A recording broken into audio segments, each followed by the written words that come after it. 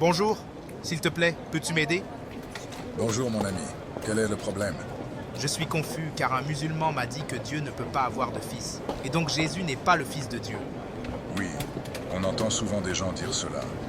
La première chose que je dirais, c'est que les mots « fils de Dieu » signifient des choses différentes pour différentes personnes.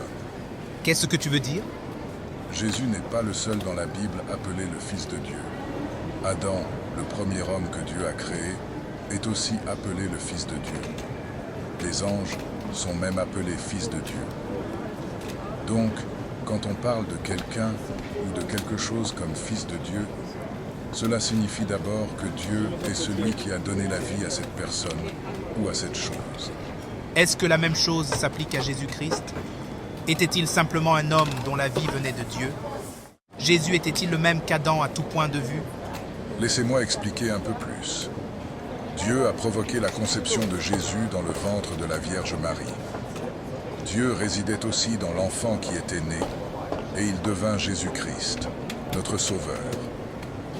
Jésus était à la fois pleinement Dieu et l'homme parfait, sans péché.